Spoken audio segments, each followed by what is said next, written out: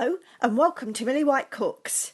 If you think that gluten-free pastry is difficult to make and then heavy and unpalatable to eat, think again.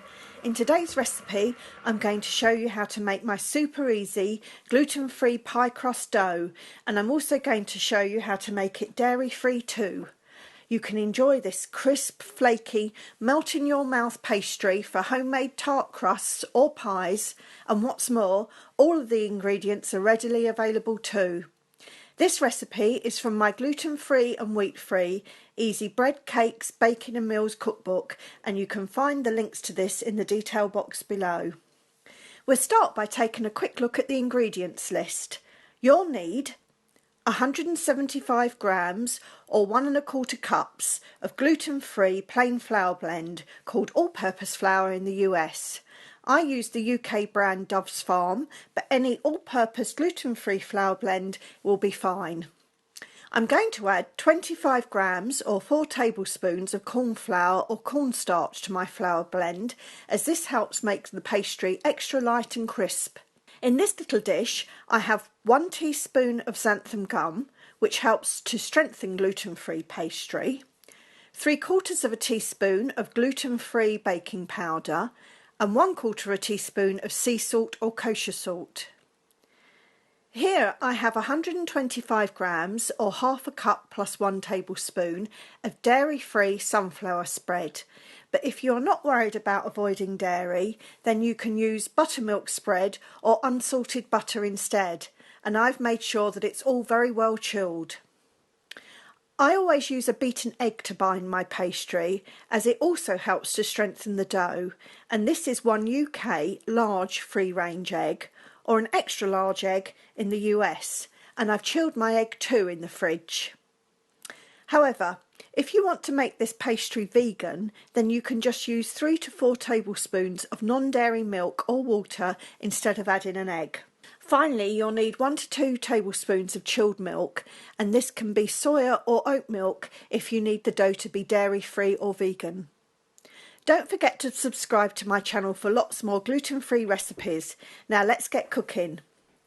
Add the flour, xanthan gum, baking powder, salt and corn flour or cornstarch into the bowl of a standard food mixer fitted with a paddle beater, and turn on to low just to whisk the dry ingredients together.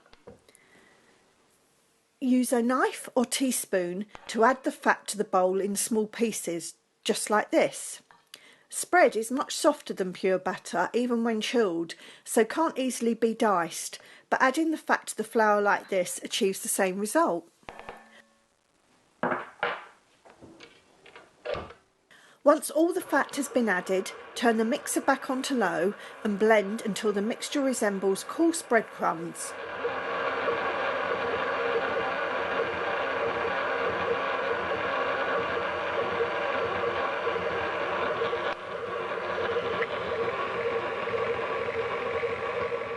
Just like this.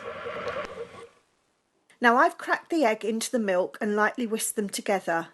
Initially, add 3/4 of the wet mixture to the dry mixture and mix again until the pastry comes together into a slightly sticky dough. Add a little more of the egg mix if the dough is too dry.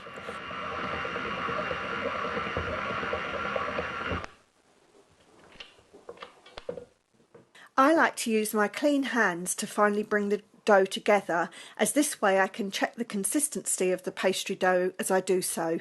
Wrap the ball of dough in kitchen wrap, pat it down and chill in the fridge for 20 minutes.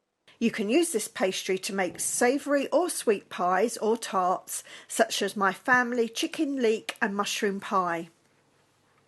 Now that your pastry dough has chilled and rested, I'd just like to share some tips with you on handling gluten-free pastry, as it can be a little tricky.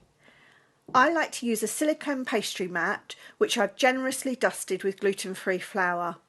I also use a silicone rolling pin, again dusted with more gluten-free flour. I roll out the pastry using firm, long strokes and keep turning it to prevent from sticking.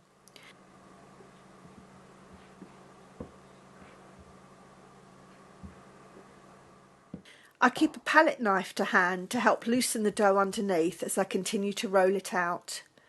Roll out the dough until it's about 3mm thick, which is the depth of a British £1 coin or 2 American 1-cent coins stacked. I have a final tip to help transfer the pastry into a tart tin or as a crust top for a pie. Make sure that the pastry is completely loosened from the rolling mat by gently running the palette knife under it. Cover with a sheet of greaseproof paper, then lift the rolling mat and in one swift movement turn it over and gently ease away the rolling mat. This enables you to lift your pastry up using the edges of the paper rather than the dough, which helps prevent tearing, and then you can just gently ease it into a tart tin or onto the top of a filled pastry pie. I hope you've enjoyed this video too. Please give it a thumbs up and subscribe if you have. This recipe is from my gluten-free and wheat-free Easy Bread, Cakes, Baking and Meals Recipes Cookbook, available as a paperback or Kindle book from Amazon or as an ebook from iBooks, Nook or Kobo. You'll find all the links in the description box below, and I also have a quick video preview that you can watch too. You may also like to watch more videos in my gluten-free cooking series, such as my walnut and coffee cake or my slow-cooked chicken pasanda curry. Or why not discover just how easy it is to make your own delicious and heart-healthy almond and cashew nut butter too.